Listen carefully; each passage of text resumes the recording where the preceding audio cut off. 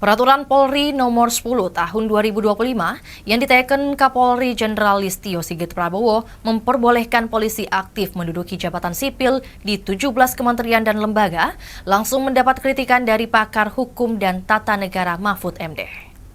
Anggota Komite Reformasi Polri itu menilai Perpol tersebut bertentangan dengan peraturan perundang-undangan. Menurut Mahfud, aturan itu melanggar Undang-Undang Nomor 2 Tahun 2002 tentang Kepolisian Negara Republik Indonesia. Dalam pasal 28 ayat 3 Undang-Undang Polri ditegaskan bahwa anggota kepolisian hanya dapat menduduki jabatan sipil setelah mengundurkan diri atau pensiun dari dinas kepolisian. Ketentuan ini juga telah ditegaskan melalui putusan Mahkamah Konstitusi nomor 114 PUU 23/2025 pada 13 November 2025 lalu yang menyatakan secara jelas bahwa anggota Polri wajib berhenti atau pensiun apabila akan mengisi jabatan sipil. Selain itu, Perpol juga dinilai bertentangan dengan Undang-Undang Nomor 20 Tahun 2023 tentang aparatur sipil negara. Dalam pasal 19 ayat 3 Undang-Undang ASN disebutkan bahwa jabatan sipil hanya dapat diisi oleh anggota TNI dan Polri sesuai dengan ketentuan dalam undang-undang masing-masing.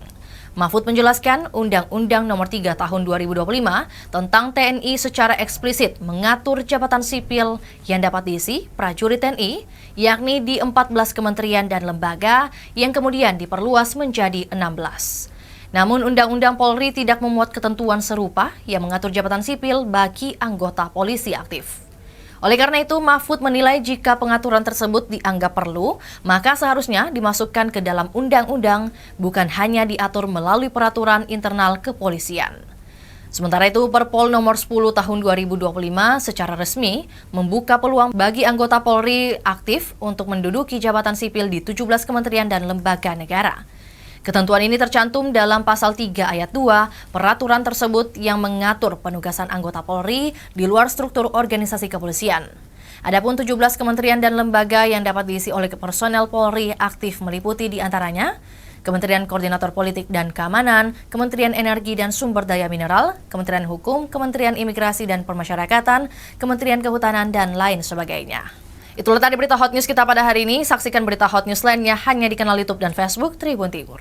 Download Tribun X sekarang, menghadirkan lokal menjadi Indonesia.